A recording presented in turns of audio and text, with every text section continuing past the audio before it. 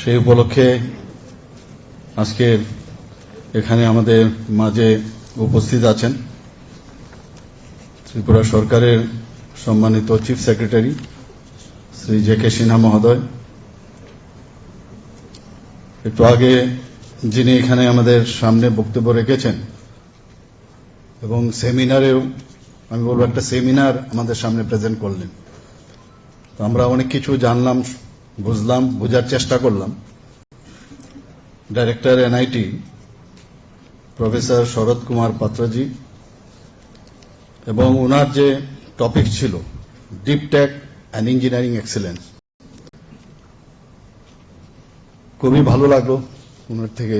আর এরকম একটা ভাষণের মাঝখানে একটা সেমিনার, মানে এটা প্রথম আমি দেখলাম। তো এখানে তো আমরা যখন কলেজে ক্লাস নিই বা যারা স্টুডেন্ট হিসেবে আছে 45 মিনিটসের পরে কিন্তু আর মাথায় ঢুকে না, কিন্তু এত ভাষণের মধ্যে ওই সেমিনারটা ঢুকিয়ে দিয়েছে। কিন্তু উই লাইকড ইট, খুব ভালো লাগলো। এটা প্রথম আমি এরকম দেখলাম। আমাদের মাঝে উপস্থিত আছেন সেক্রেটারি পিডব্লিউডি এবং অন্যান্য দপ্তরের শ্রী কিরণ গীতে, উনি নিজেও একজন engineer. Shri Abhishek Singh secretary RD এবং অন্যান্য দপ্তরের, শ্রী পরমানন্দ সরকার ব্যানার্জি এবং উনিও engineer, electrical engineer, chairman institute of engineers, Shri Rajib Debbarma chief engineer PWD RNB. ওনার স্বাগত ভাষণ আমাদের সামনে উনি রেখেছেন। এবং এখানে যারা পিডব্লিউডির সমস্ত আধিকারিক থেকে শুরু করে যারা ইঞ্জিনিয়ার্সরা এখানে উপস্থিত আছেন এবং faculty of various technical colleges এবং যারা স্টুডেন্টরা এখানে এসেছেন বিভিন্ন ইঞ্জিনিয়ারিং কলেজ থেকে এবং আদার অফিসার্স অ্যান্ড গেস্টস এবং মিডিয়া বন্ধুরা, সবাইকে আজকে ইঞ্জিনিয়ার দিবস উপলক্ষে সবাইকে হার্দিক অভিনন্দন ও শুভেচ্ছা জানাচ্ছি। আমার পূর্ববর্তী বক্তারা বিশদভাবে আলোচনা এখানে রেখেছেন। তো 28তম ইঞ্জিনিয়ার দিবস অলরেডি আমরা জানি যে 15ই সেপ্টেম্বর ওনাকে স্মরণ রাখার জন্য ডক্টর এম বিশ্বেশ্বরায়ের যে যুগান্তকারী যে অবদান, যেখানে উনি ওয়াটার রিসোর্স ম্যানেজমেন্টে উল্লেখযোগ্য যে অবদান উনি রেখেছেন এবং তার জন্য ওনাকে ভারতরত্ন সম্মানে ভূষিত করা হয়েছিল। এবং আমি সর্বপ্রথম আজকের এই 58th ইঞ্জিনিয়ার্স ডে উপলক্ষে ওনাকে সশ্রদ্ধ প্রণাম আমি জানাচ্ছি। আমাদের ত্রিপুরাতে যে বিভিন্ন যে ইঞ্জিনিয়ারিং ইনস্টিটিউট আছে, সবাই এ বিষয়ে আপনারা জানেন যে Tripura institute of technology, polytechnic institute আছে 6টা আমাদের এখানে, national institute of technology, Indian institute of information technology IIIT, তাছাড়া ইকফাই ইউনিভার্সিটি থেকে ওনারা এখন বিভিন্ন ইঞ্জিনিয়ারিং ডিগ্রি দিচ্ছেন, ডিপ্লোমা দিচ্ছেন, টেকনো ইন্ডিয়া, ধর্মা দীপা বুদ্ধিস্ট ইউনিভার্সিটি, এরকম অনেকগুলো ইনস্টিটিউট। কারণ আমাদের কাছে আমরা যা বুঝি যে কোনো স্টেটকে যদি করতে হয়, রাজ্যকে যদি ডেভেলপ করতে হয়, দেশকে যদি ডেভেলপ করতে হয়, ইঞ্জিনিয়ারদের বিরাট অবদান এবং ওনাদের ছাড়া কোনো অবস্থায় আমরা সামনের দিকে এগোতে পারবো না। They are the cream layer of the society. কাজেই ওই জায়গার মধ্যে আমাদের ইঞ্জিনিয়ার্স, আগে তো আমাদের এখানে ইঞ্জিনিয়ারিং কলেজ একটাই ছিল, পলিটেকনিক কলেজ ছিল, পরবর্তী সময় একটা ইঞ্জিনিয়ারিং কলেজ হয়। এখন এতগুলো ইঞ্জিনিয়ারিং কলেজ এখানে হয়েছে এবং প্রয়োজনের সাথে তাল মিলিয়ে কিন্তু এটা খুবই প্রয়োজন। আমরা এখানে আমার পূর্ববর্তী বক্তারা এখানে অনেক কিছু আলোচনা করেছেন।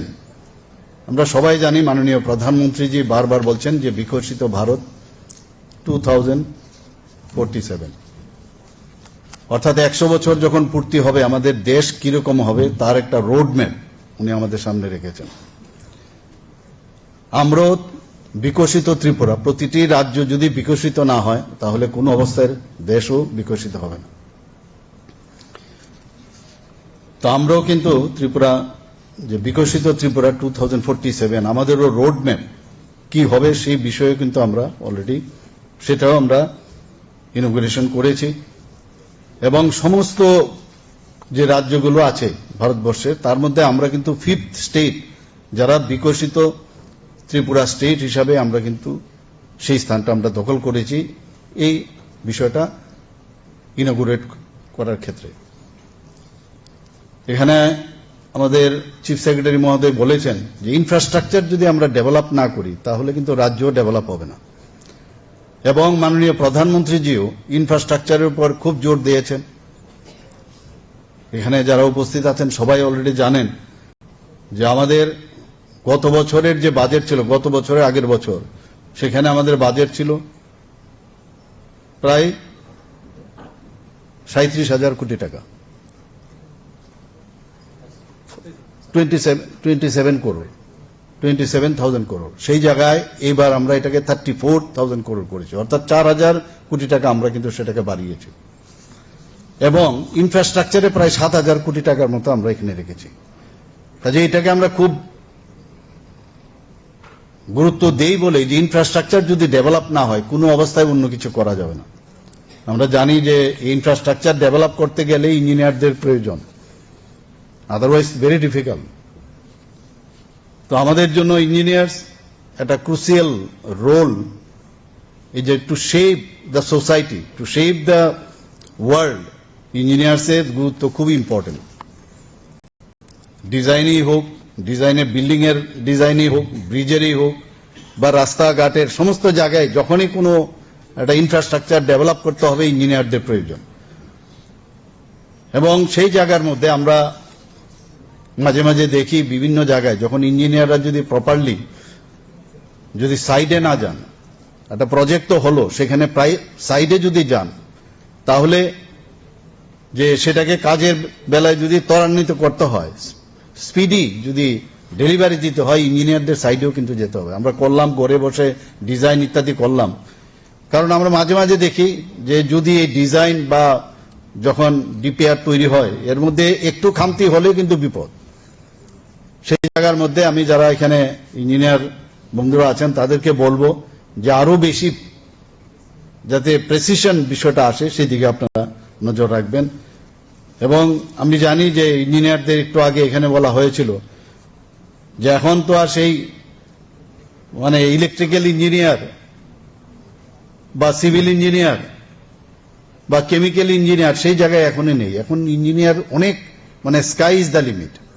আজকে ড্রোন টেকনোলজির কথা যদি আমরা বলি, এবারের যে অপারেশন সিন্দুর আমরা দেখতে পেয়েছি মাননীয় প্রধানমন্ত্রীজির নেতৃত্বে আমাদের যে সৈন্য বাহিনী তারা কিভাবে পাকিস্তানকে তারা এই ড্রোনকে সামনে রেখে, এই টেকনোলজিকে সামনে রেখে কিভাবে ওখানে প্রায় 11টার মতো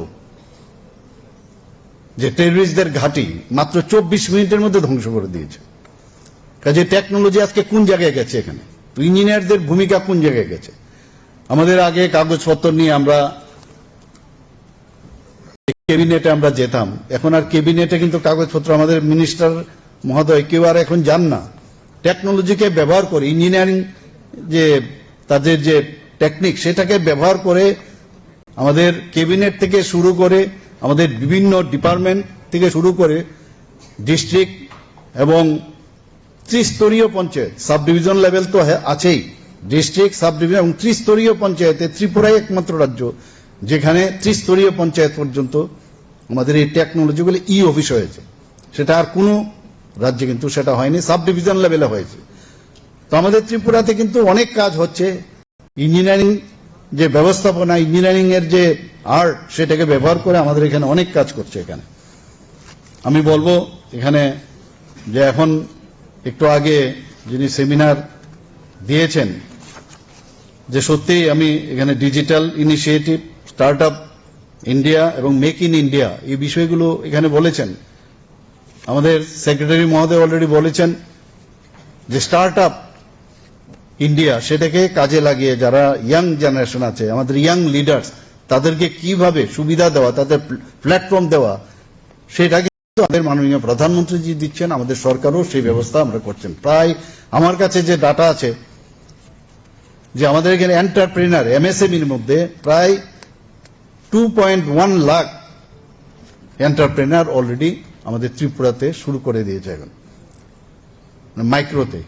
আমরা চাই যে অন্যান্য যেসব আমাদের এমএসএমইর মধ্যে বড় যেসব ডিপার্টমেন্টগুলো আছে সেখানেও মানুষ আসুক, বাইরের থেকে এখন আসছে এখানে, আমরা সেই কাজটা এখন করছি। আপনারা শুনে নিশ্চয়ই খুশি হবেন যে ত্রিপুরাতে এখানে এয়ারটেলের যে ডাটা সেন্টার এখানে হচ্ছে এখানে, এবং তার জন্য আমরা জমিও দিয়ে দিয়েছি, মৌ হয়েছে।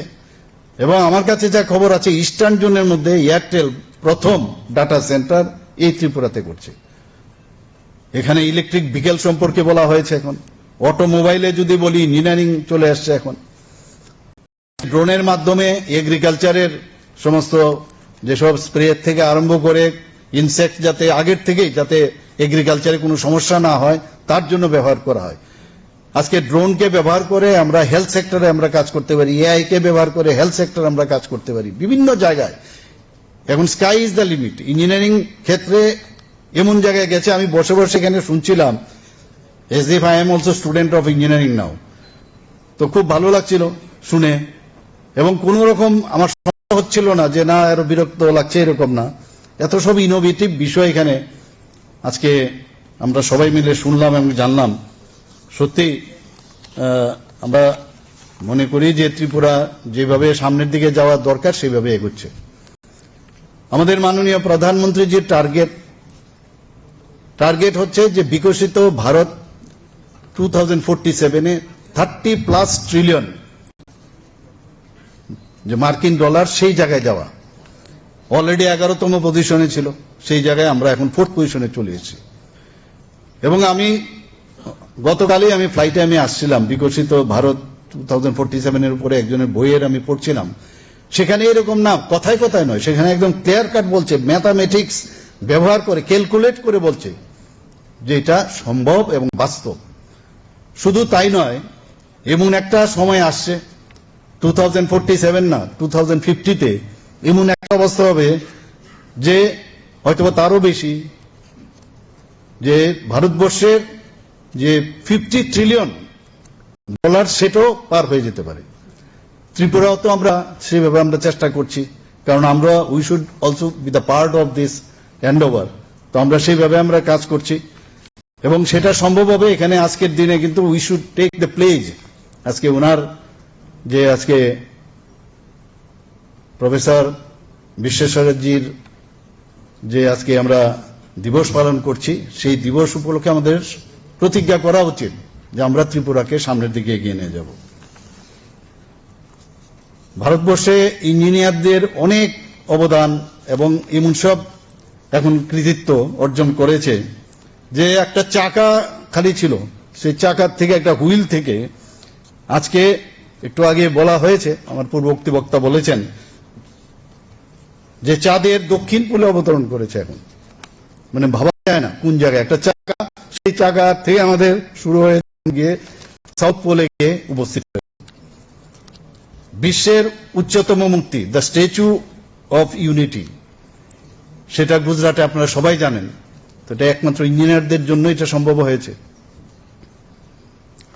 এখানে চেনাব রেলি ব্রিজ, যারা জম্মু এন্ড কাশ্মীরে, আমরা বসে বসে তো টিভিতেই দেখি, হয়তোবা কোনোদিন যাব সেই ট্রেনে, সেটা একমাত্র আপনাদের জন্য এটা সম্ভব হয়েছে।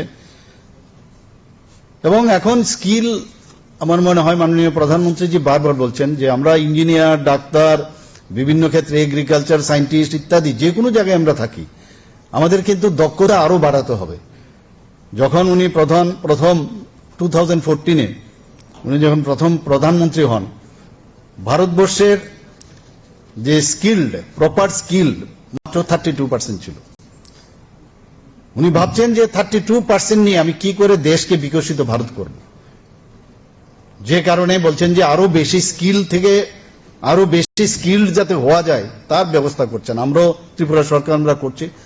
এখন গিয়ে সেটা দেখা গেছে প্রায় 10 বছর 11 বছরে গিয়ে 52%-এর উপরে এখন স্কিল্ড পিপুল ভারতবর্ষে হয়েছে। তো যতক্ষণ ধরে স্কিল্ড না হবে, আর জানার শেষ নেই, আমি যারা ইঞ্জিনিয়ার মহোদয়কে বলবো, আমাদের ডাক্তারদের মধ্যে অনেকে মনে করে যে ডাক্তারি পাশ করলাম আর আমি সব জানি, এরকম না। যে যে জায়গায় থাকুক প্রতিনিয়ত আপডেট থাকা খুব প্রয়োজন। আপনাদের মধ্যে যত আপডেট থাকবে, আপনাদের উপর নিজেদের তো কনফিডেন্স থাকবে, সাধারণ মানুষেরও কনফিডেন্স কিন্তু আপনাদের উপর বাড়বে। এখন এআই এর যুগ, আপনারা ইচ্ছা করলে ঘরে বসেও কিন্তু তার মাধ্যমে নিজেদেরও কিন্তু ডেভেলপ করতে পারেন। আমরা দেখেছি যে মুম্বাইয়ের যে বান্দ্রা উর্লি যে সমুদ্র সংযোগ, সেখানে প্রায় 5.6 কিলোমিটার লং এবং 8টা ল্যান্ড, সেখানে হোয়াইট কেবল স্টেট ব্রিজ। সেটা একমাত্র সম্ভব হয়েছে আমাদের ইঞ্জিনিয়ার্সদের জন্য। এগুলো আমাদের বোঝা উচিত, এবং যারা ইঞ্জিনিয়াররা এখানে আছেন, যারা মেকানিক্যালি হোক, ইলেকট্রিক্যালি হোক বা অন্যান্য যেসব জায়গায় আছেন, আপনাদেরও কিন্তু বিষয়ে নিশ্চয়ই আপনারা স্টাডি করেন আরো বেশি, কি করে এটা করলো, কিভাবে সম্ভব হলো সেটা। আমাদের আগরতলাতে বা ত্রিপুরাতে কেন আমরা সেটা ইমপ্লিমেন্ট করতে পারবো না? আপনারা সেই বিষয়গুলো নিয়ে আরো বেশি, খালি চাকরি না, আরো কিছু করা যায় কিনা ইনোভেটিভ, সেই দিকে আপনারা সেই নজর আপনারা দেবেন।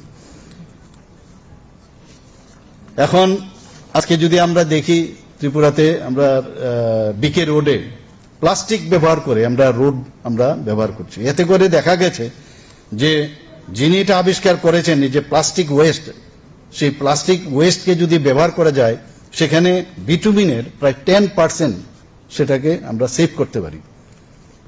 ওনার নাম হচ্ছে Raja Gopalan Vasudevan, a professor of chemistry. তো এখানে আমাদের যারা ইঞ্জিনিয়ারিং কলেজে যারা আছেন, আমার মনে হয় আপনারাও ইচ্ছা করলে, চেষ্টা করলে, আপনারাও এই ধরনের ইনোভেটিভ কিছু রিসার্চ করে আপনারাও সেই কাজটা আপনারা করতে পারেন। এবং এই যে প্লাস্টিক ইউজ করে, বিটুমিন কম করে, এবং এই যে ওয়েস্ট ব্যবহার করার সুবাদে এটা কিন্তু অনেক বেশি লোড বিয়ারিং রোড হিসাবে সেটাকে আমরা দেখতে পাচ্ছি, রিসার্চও আছে, এবং পিথল যেগুলো হয় সেগুলোও কিন্তু কম হয়। তো আমরা কথা হচ্ছিল সেক্রেটারি মহোদয়ের সাথে বারংবার অনেকবার কথা হয়েছে যে এই ধরনের যদি আমরা অন্যান্য রাস্তাগুলো, কারণ আমাদের এখানে ত্রিপুরাতে এখন ন্যাশনাল হাইওয়ে 6টা হয়েছে, আরো ন্যাশনাল হাইওয়ে আসছে এখানে, আরো আমাদের 4 লেনের রাস্তা হচ্ছে এখানে। এবং একটু আগে আমরা এই বিষয়গুলো নিয়ে আমাদের চিফ সেক্রেটারি মহোদয় বলেছেন যে আগরতলাতে বিশেষ করে আজকে যেভাবে রাস্তা, এখানে যে বিল্ডিং হচ্ছে, সেই বিল্ডিং গুলো এখন কিন্তু দেখা যাচ্ছে যেভাবে 16 তলা বিল্ডিং, সেটা হচ্ছে 14+G+B। তো এটা ক্যালিফোর্নিয়ার টেকনোলজি ব্যবহার হচ্ছে এখানে। এবং আমার কাছে যা রিপোর্ট আছে, প্রায় 8.5 যে রিক্টার স্কেল যখন ভূমিকম্প হবে, সেটা ভারতবর্ষের কয়েক জায়গার মধ্যে 1-2 জায়গায় হয়তো বা হয়েছে, কিন্তু আমাদের ত্রিপুরাতে সেটা হয়েছে।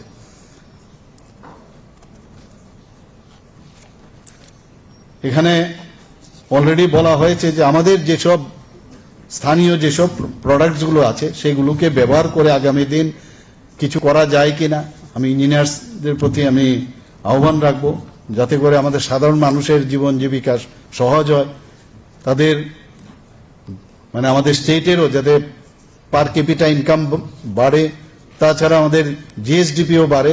নিশ্চয়ই আপনারা সেই বিষয়ে আপনারা কাজ করবেন। এবং মাননীয় প্রধানমন্ত্রীজি বিশেষ করে এই এনআইটি এবং আইআইটির উপরে প্রচন্ড উনার আশ্বাস এবং বিশ্বাস আছে, এবং সেইভাবে উনি উনাদের সাথে কথাও বলেন। এই যে আমরা গুর্খাবস্তিতে যে বিল্ডিংটা আমরা বানাচ্ছি, তাতে করে প্রায় 133 করোড় এর মধ্যে খরচা হচ্ছে এখানে। আমি এখানে আজকের যে ইঞ্জিনিয়ার দিবস এখানে পালন হচ্ছে, সেই উপলক্ষে এখানে যারাই উপস্থিত আছেন সবাইকে আমি হার্দিক অভিনন্দন জানিয়ে আমার বক্তব্য শেষ করছি। নমস্কার, জয় হিন্দ।